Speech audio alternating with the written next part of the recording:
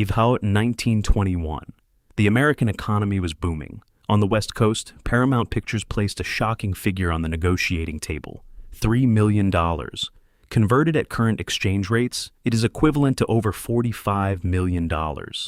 That was the largest remuneration ever recorded in the early era of cinematic history. The person who signed that contract was Roscoe Arbuckle. The entertainment capitalists completely bought his smile, his physical skills, and the entire remainder of his life. They packaged his 120-kilogram physique into a perfect industrial product branded as Fatty, a gentle, goofy, and harmless fat man. Those are the numbers of the pinnacle.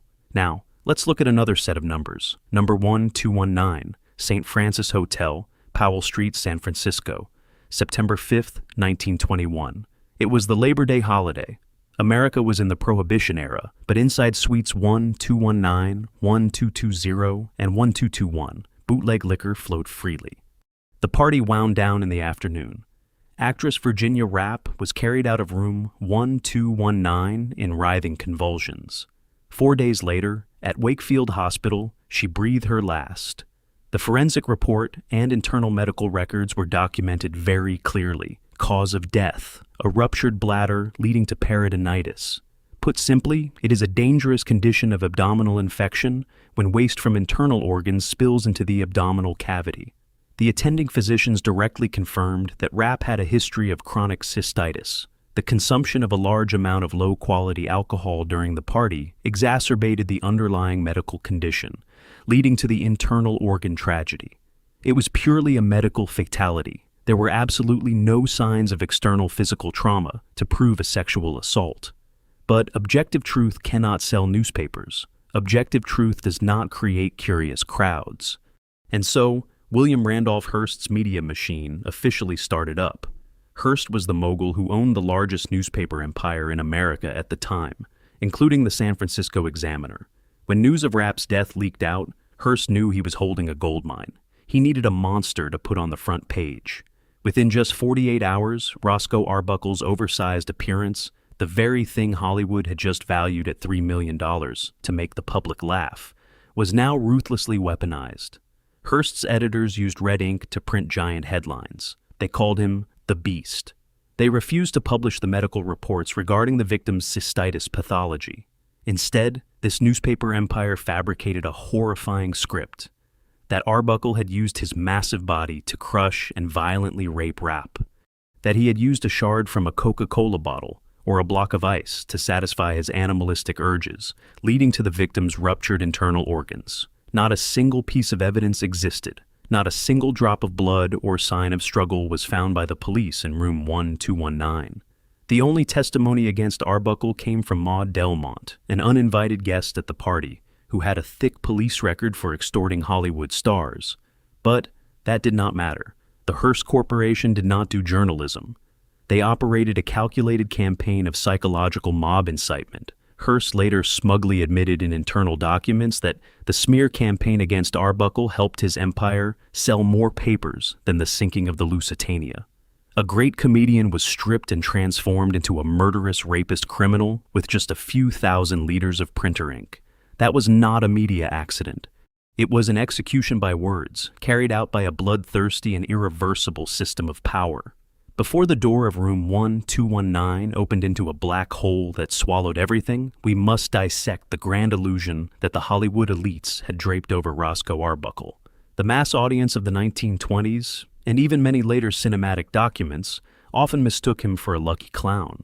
But the archives of Keystone Studios and Comique Film Corporation prove otherwise. Arbuckle was a master mechanical technician in the art of visual storytelling. He was the one who directly discovered, signed, and mentored Buster Keaton, who later became a legend of the silent film era. In works like The Butcher Boy, 1917, Arbuckle did not just act. He calculated the flight trajectory of every pie thrown at a face, set up multi-point camera angles, and built standards for comedic timing that modern filmmakers still have to rigidly copy. He brought in massive profits. The return on investment, ROI, from Arbuckle's films was so high that it defied conventional economic logic. That is why Adolf Zukor, the head of famous Players Lasky, the predecessor to Paramount, decided to bind him with the historic $3 million contract, divided evenly over 3 years, but read carefully the hidden clauses behind those Hollywood slave contracts of that era. The essence of this collaboration was the process of usurping the right to self-determination of identity. Understood pragmatically, the system completely stripped Roscoe of his right to be a normal human being. The industrial machine forced him into the mold named Fatty. Arbuckle himself deeply despised this nickname. In real life, he asked people to call him Roscoe. But to the capitalists, Fatty was not a person's name. It was a copyrighted commercial brand. They exploited his physical appearance through a systematic route of physical exploitation. Despite weighing over a quintal, Arbuckle was forced to personally perform dangerous acrobatics, hard falls onto solid wooden floors, and high-speed chases without a stunt double. The corporate machine drained his physical vitality in exchange for the laughter of the crowd. They turned his excess weight into a profitable stock, traded on every big screen from New York to London. And the public obediently bought that illusion. Audiences paid for tickets to see an obese, goofy, harmless character who was always bullied. The studios collected money. Newspapers collected advertising revenue from theater complexes. A perfect symbiotic ecosystem was established where all parties shared the profits from the physical erosion of an individual. The golden statue had been cast. Everything seemed inviolable. But the studio alliance never considered Roscoe Arbuckle a human being, or even an equal partner. In the eyes of moguls like Zukor or Joseph Schenck, he was merely a money-printing machine with a depreciation risk. The moment the flashbulbs went off in San Francisco, and Virginia Rappe's medical tragedy was distorted by the media, that statue instantly became a toxic asset. And in the gamble of capitalism, when an asset loses its ability to generate profit, it will be cut off and crushed without a moment's hesitation. September 1921. The medical tragedy of Virginia Rappe occurred. The harmless Fatty monument immediately became a toxic asset. This is when the power machine peeled off its friendly mask to launch a systematic target destruction protocol. Look at how the legal system and the media joined hands. The first enemy was not the press, but Matthew Brady, the district attorney of San Francisco. Brady did not care about justice or Virginia Rappe. He was a politician thirsting for the governor's seat of California. To achieve that ambition, Brady needed a nationally resonant conviction. The appearance of a wealthy Hollywood star in his jurisdiction was a gift falling from the sky. Brady immediately applied an information blockade strategy. He ordered the suppression of medical records from Wakefield Hospital, where the attending physicians confirmed Rappe died of chronic cystitis and had absolutely no signs of physical trauma from rape. Instead, this prosecutor used the testimony of Maud Delmont. Contemporary police records noted Delmont, nicknamed Madam Black, as an individual with a thick criminal record for providing bootleg liquor and setting up Badger games targeting wealthy artists. Delmont was not even present in room 1219 when the incident occurred. But that did not matter. Brady needed a bloody script, and Delmont provided it. Immediately, William Randolph Hearst's newspaper empire took over the rest of the job. The symbiosis between political power and tabloid journalism created a character assassination on an industrial scale. Hearst ordered the printing presses to run at full capacity. Arbuckle's 120-kilogram physique was turned into a tool for conviction. They called him a monster, a corpulent predator. The newspapers spread baseless rumors that he used his massive body to crush Rappe, or used a glass bottle shard to violently assault her. Hearst knew very well this was a lie, but his newspaper sales skyrocketed unprecedentedly. November 1921. The first trial officially opened. This was not a trial. This was a process of draining vitality. Even though forensic doctors defended the argument of death by underlying pathology, and Maud Delmont herself was denied by the court to serve as a witness due to a severe lack of transparency, the pressure from public opinion incited by Hearst was too great. The jury concluded with a 10-to-2 ratio in favor of an acquittal. The two who refused to agree admitted they were afraid of being assaulted by the mob outside. Result: hung jury. The court annulled the result. January 1922. The machine repeated the loop. The second trial took place. This time, prosecutor Brady changed tactics. focusing on witnesses who had been intimidated or bribed. The jury hung again, this time with a 10-to-2 ratio in favor of conviction. This repetitive trial technique is the most perfect way the system uses to break down a defendant's psychology. While Arbuckle was locked in hearings lasting for months, the financial exploitation process began operating. To pay for Gavin McNabb, a top-tier defense attorney with astronomical fees, Arbuckle was forced to liquidate all his assets. From a superstar possessing $3 million, he had to sell off his luxury cars, pawn his belongings, and mortgage his Los Angeles mansion. His total legal expenses drained over $700,000. He fell into a state of absolute bankruptcy. And what did the Studio Alliance do while the asset bringing them profit was being torn apart? They chose to turn their backs. Adolph Zukor and the Paramount executives silently ordered the removal of all posters, recalling Arbuckle's films from theaters to protect total revenue. The calculated silence of the cinematic capitalists was not cowardice. It was complicity. They let a genius be crushed into dust by the legal apparatus, preparing to turn him into the perfect sacrificial lamb for the upcoming political gamble. April 1922. The scene at the San Francisco courthouse was suffocatingly quiet. The third trial officially began. Prosecutor Matthew Brady, who had just failed in his 2 previous attempts due to deadlocked juries, had now exhausted his media tricks. They had nothing left to cling to but empty fabricated stories. Defense attorney Gavin McNabb decided to make the decisive move. For the first time after months of being silenced, Roscoe Arbuckle stepped onto the witness stand. There was no image of a corpulent predator or a monster, as the Hearst media empire had heavily described on the front pages.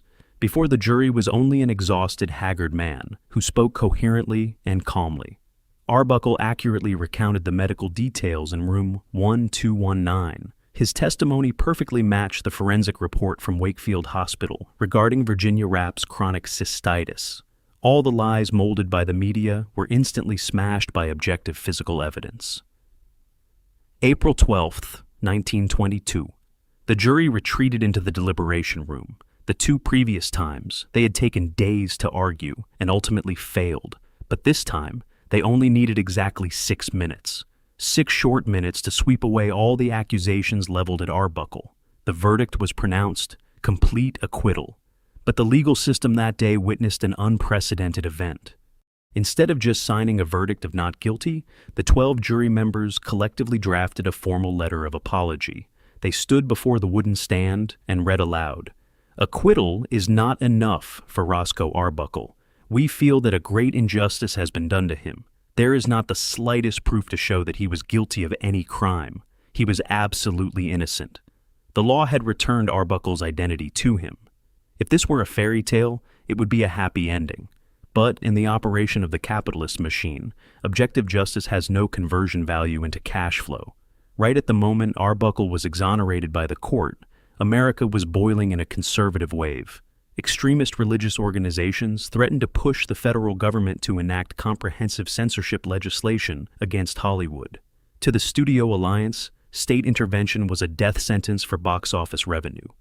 Politicians interfering with content meant the elites would lose their right to self-determination over the multi-billion-dollar production line. To protect their gold mine from the prying eyes of the law, they needed to erect a smokescreen. They hastily established the Motion Picture Producers and Distributors of America, MPPDA, and installed politician Will H. Hayes as president. Hayes was given absolute power to purify the industry's morality, and to prove that fake cleanliness, Hayes needed a sacrificial offering. The concept of a scapegoat was applied in its most cruel form. Put simply, the power system selects a weakened individual, throwing that person into the fire of public opinion to appease the bloodthirstiness of the crowd, thereby completely covering up the real rot happening behind the scenes. Arbuckle, who had just been worn down to bankruptcy by the court system and fiercely smeared by the press, was the perfect target to be brought out for execution. April 18, 1922, merely 6 days after the jury delivered its historic apology, Will H. Hayes issued a total ban. This ban wiped out all of Arbuckle's presence on the screen. Adolph Zukor and Paramount coldly tore up the $3 million contract. The cinema systems that had once reaped massive profits from his smile now followed the mob, publicly discarding and destroying the film reels. The industrial machine had exposed its absolute cold-bloodedness. They ignored the law's verdict of innocence. They refused to protect a person who had enriched them for a decade. They were determined to bury Arbuckle alive, stealing his right to work, usurping all his artistic assets, just to keep their moral facade looking intact before the public. Roscoe Arbuckle's life after 1922 is a scathing indictment against Hollywood's cruelty. Stripped of his identity, he could not use the name that made cinematic history. To survive and pay off his massive debts, he was forced to lurk under a mocking pseudonym, William Goodrich. Understood simply, it was a pun on the phrase, "will be good," an invisible collar that capitalists placed around the neck of a tamed beast. Under this fake name, a genius once valued in the millions of dollars now had to work as a hired director. He took pennies to direct B-grade comedy films where he himself was never allowed to put his real name on the credits. Old friends, including Buster Keaton, tried to help. They secretly funneled small projects to him. But that personal safety net was too fragile against a system that was determined to erase him. Arbuckle drowned in alcohol. Resentment and depression wore away the remaining fragments of his physical vitality. 11 years passed, 1933. Warner Brothers, realizing the public had gradually forgotten the old story, decided to throw him a lifeline, a short-term contract to return to starring in a series of comedy shorts. Arbuckle, now 46 years old, thought the door was opening again. On June 28, 1933, he completed his final shooting day. He signed a new contract and told the press, "Today is the happiest day of my life." But his body was exhausted. Just a few hours after saying that, in the middle of the night, Roscoe Arbuckle died suddenly from a heart attack. He stopped breathing right at the intersection between fragile hope and a devastation that had lasted for over a decade.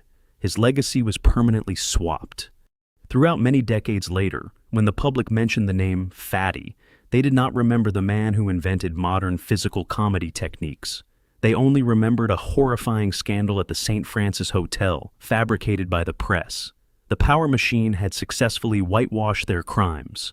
They tore a genius apart, turned him into an entertainment product, pushed him into the deep pit of bankruptcy, used him as a political scapegoat, and finally left him to die in languish. The silent films that audiences used to laugh at so hard were actually just the crime scene of a systematic exploitation. As for the real criminals, Hearst's sensationalist newspaper empire and the cinematic capitalist alliance, they never had to face trial.